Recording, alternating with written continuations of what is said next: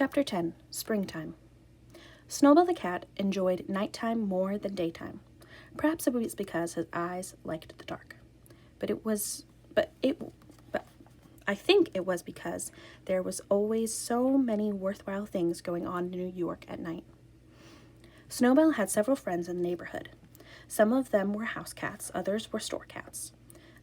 He knew a Maltese cat in the A&P and a white Persian in the apartment house next door, and a tortoiseshell in the delicatessen, a tiger cat in the basement of the branch library, and a beautiful young Angora who had escaped from the cage of the pet shop on 3rd Avenue and had gone to live free life on her own in a tool house in the small park near Stuart's home.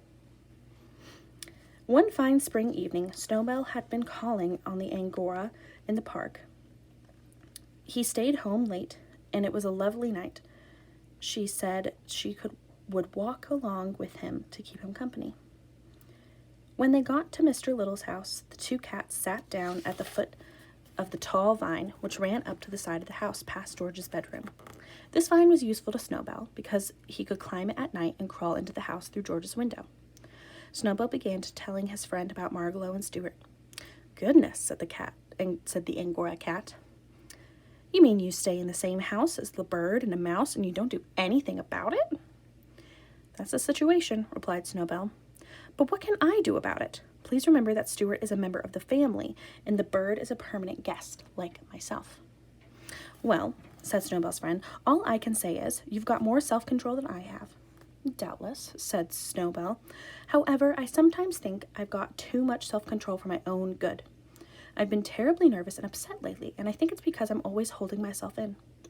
The cats' voices grew louder, and as they talked so loudly that they never heard a slight rustling in the vine a few feet above their heads, it was a gray pigeon, who had been asleep there and who had wakened at the sound of the cats and began to listen. "This sounds like an interesting conversation," said the pigeon to himself. "Maybe I'd better stay around and see if I can learn something." "Look here," said the Angora cat to Snowball. "I admit that a cat has a duty toward her own people, and that under the circumstance it would be wrong for you to eat Margalo. But I'm not a member of your family, and there was nothing to stop me from eating her. Is there?" "Nothing I can think of offhand," said Snowball. "Then here I go," said the Angora, starting his way up the vine. The pigeon was wide awake by this time, ready to fly away. But the voices down below continued. "Wait a minute," said Snowball. "Don't be in such a hurry.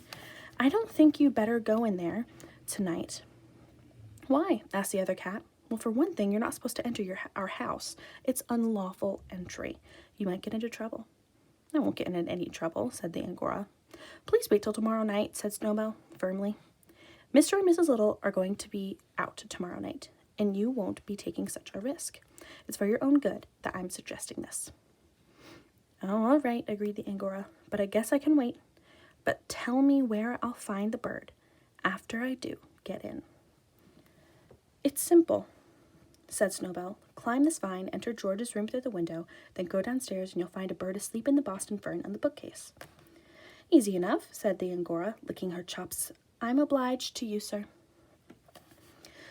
"Well, the old thing," whispered the pigeon to himself as he flew away quickly to find a piece of writing paper and a pencil. Snowball said good night to his friend and climbed up the vine and went into bed. The next morning, Margalo found a note on the branch of the fern when she woke. It said, "Beware of the strange cat who will come by night." It was signed, "A Well-Wisher."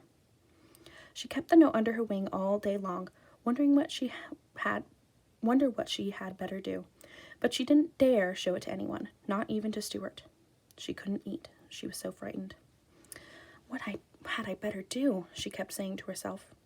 Finally, just before dark, she hopped onto an open window, and without saying anything to anybody, she flew away. It was springtime, and she flew north, just as fast as she could fly, because something inside her told her that going north was the way for a bird to go when spring comes to the land.